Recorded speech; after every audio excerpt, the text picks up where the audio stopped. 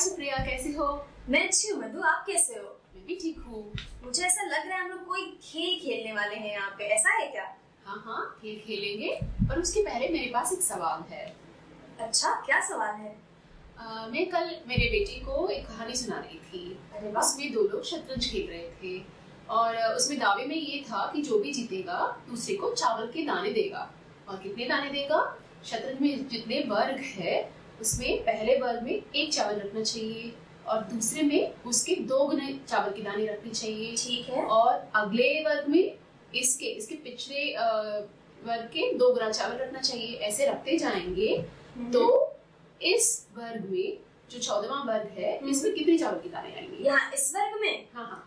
चलो देखते हैं कि कितने दाने आने चाहिए। तो ये जो पहला वर्ग है, यहाँ पर हमारे पास है चावल का 1 दाना और इसके अगले वर्ग में हमारे पास इस वर्ग के 2 गुने दाने हैं, यानी कि इस वर्ग में हमारे पास है 2 गुना 1 दाने। ठीक है।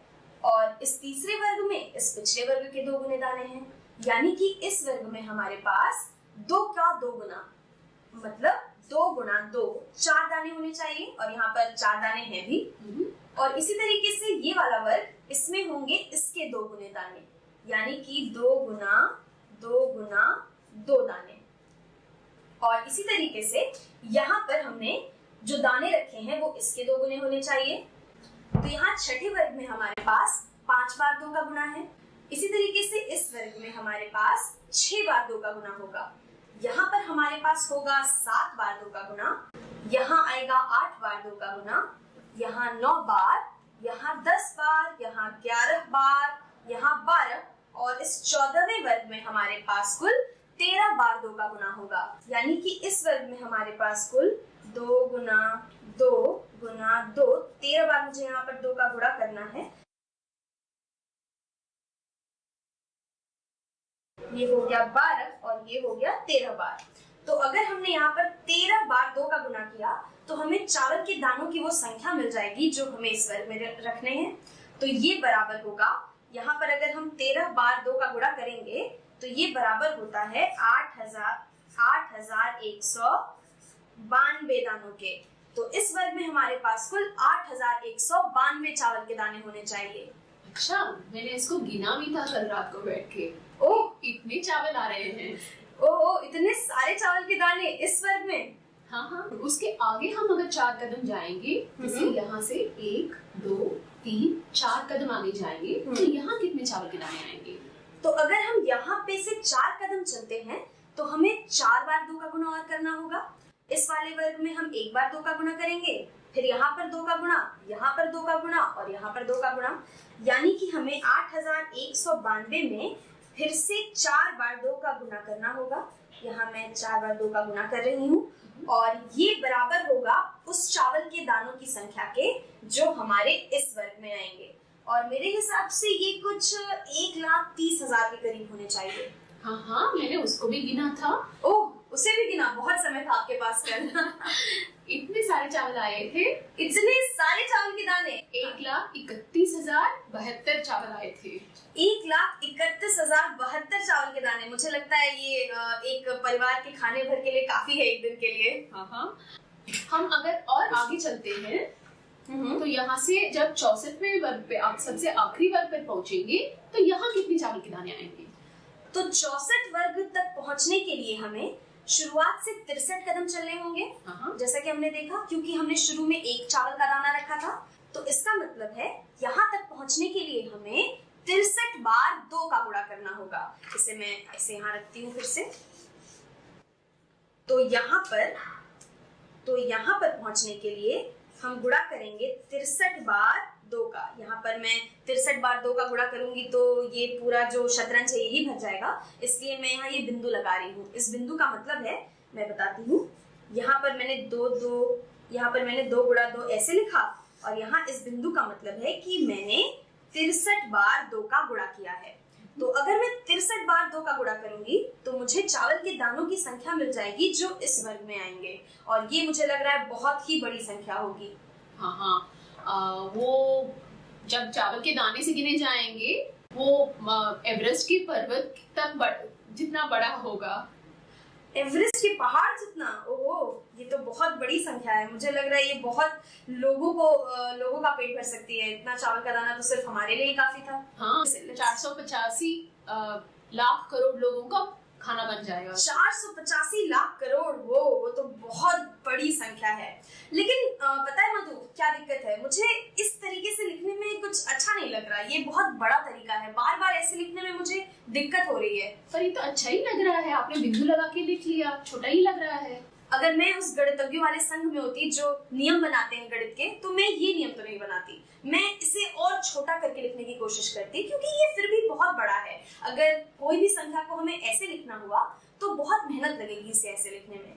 इसलिए मैं इसे ऐसे लिखने के बजाय ऐसे लिख सकती हूँ।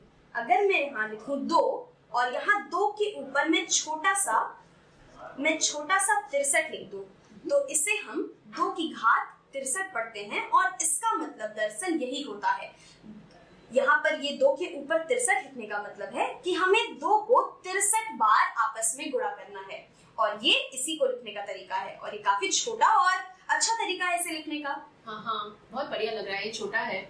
जो हमने उस शतरंज के बोर्ड में देखा था, उसी को मैं दूसरी तरीके से दिखा रही हूँ। जैसे यहाँ एक दाना चावल हो गया, यहाँ दूसरे कदम पे 2 चावल रखे थे हमने, हाँ 2 हो गया, और अगले कदम में 4 दाने थे।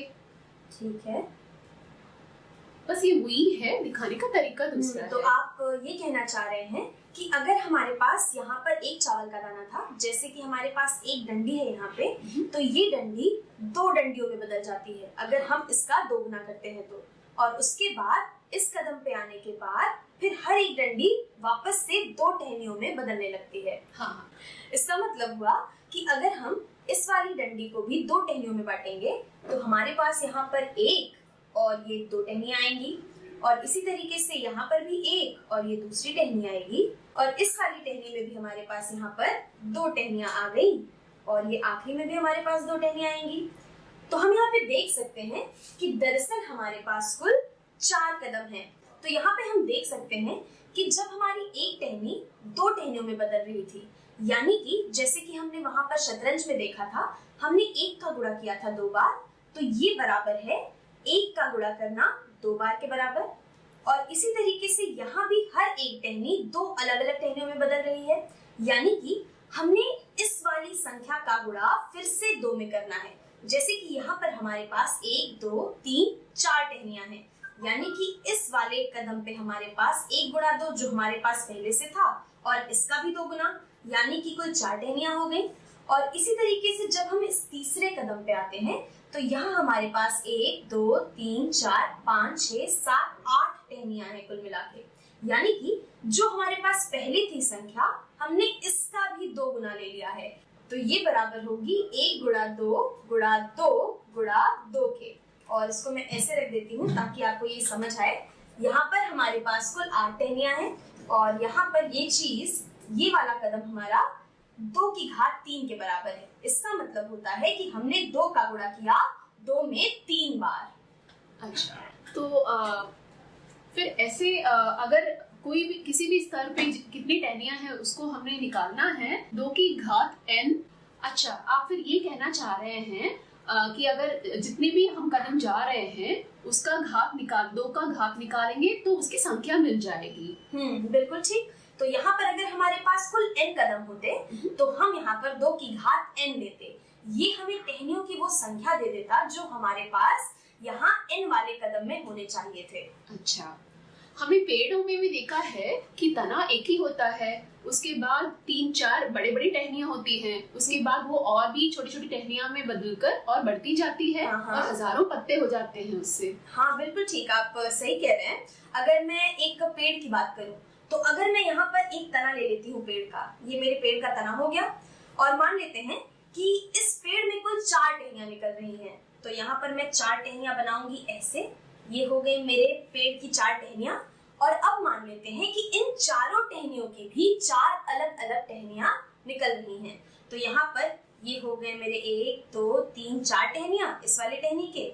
यहाँ पर हो गए 1 2 3 4, यहाँ पर भी हमारे पास होंगी कुल 4 टहनियां, और यहाँ पर भी हमारे पास कुल 4 टहनियां हो गई।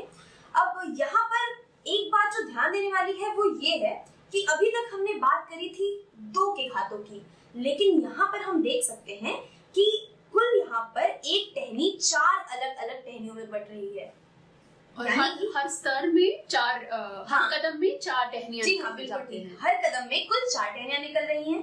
तो अगर हम यहाँ पर इस स्तर को ले लें, इसको एक स्तर मान लें, तो यहाँ हमारे पास एक ही टहनी है और ये यहाँ इस दूसरे स्तर में कुल 1 2 3 4 टहनियों में बदल रही थी।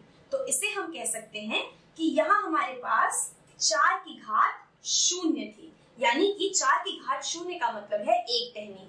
और इसी तरीके से इस दूसरे स्तर में जब हमारे पास 4 टहनियां होती हैं एक टहनियों की, तो इसे हम 4 की घात 1 लिख सकते हैं। इसका मतलब हुआ कि हमें 4 टहनियां मिल रही हैं एक टहनी से। और फिर हम आए इस दूसरे स्तर में।